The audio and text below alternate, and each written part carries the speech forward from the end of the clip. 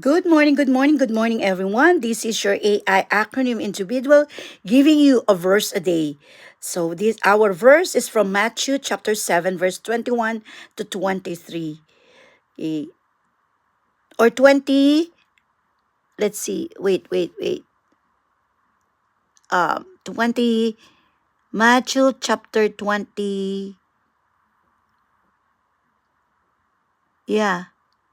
Not everyone who says to me, Lord, Lord, will enter the kingdom of heaven, but only the person who does what my Father in heaven wants.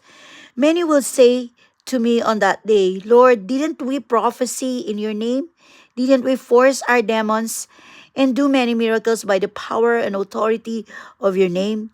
Then I will tell them publicly, I've never known you. Get away from me, you evil people. There are a lot of people nowadays, especially those faith healers, as I can see in the media, that they're doing healing, casting demons, and but they did not accept Jesus Christ as their personal savior. Those who only does the will of the Father will be saved. There is one truth that we will be saved by accepting Jesus Christ as our personal Savior. No one else. Wala pong ibang makapagliligtas sa atin kung hindi tanggapin natin ang ating Panginoong Heso Kristo na siyang tumubos ng ating pagkakasala at and then ask the Holy Spirit na tayo ay kanyang gabayan, tayo ay kanyang bigyan ng discernment para magawa ang nais ng ating Panginoon. And totoo po na there is second coming. And hindi lahat ng tatawag sa kanya na Panginoon, Panginoon ko, kikilalanin niya.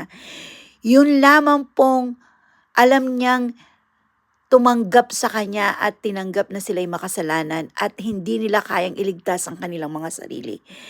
Just for God so loved the world that He gave His only begotten Son. Whoever believes in Him shall not perish but have an everlasting life. Yung iba po kasi hindi nila kayang tanggapin, hindi nila kayang isuko ang kanilang buhay or hindi nila kayang isurrender ang kanilang buhay. Wala po tayong dadalhin sa pagkamatay natin. Sabi nga, anong saysay na nakuha mo lahat ng kayamanan dito sa lupa pero ang iyong kaluluwa naman ay mapupunta sa impyerno. So if you will lose your soul, wala pong saysay. To God be the glory.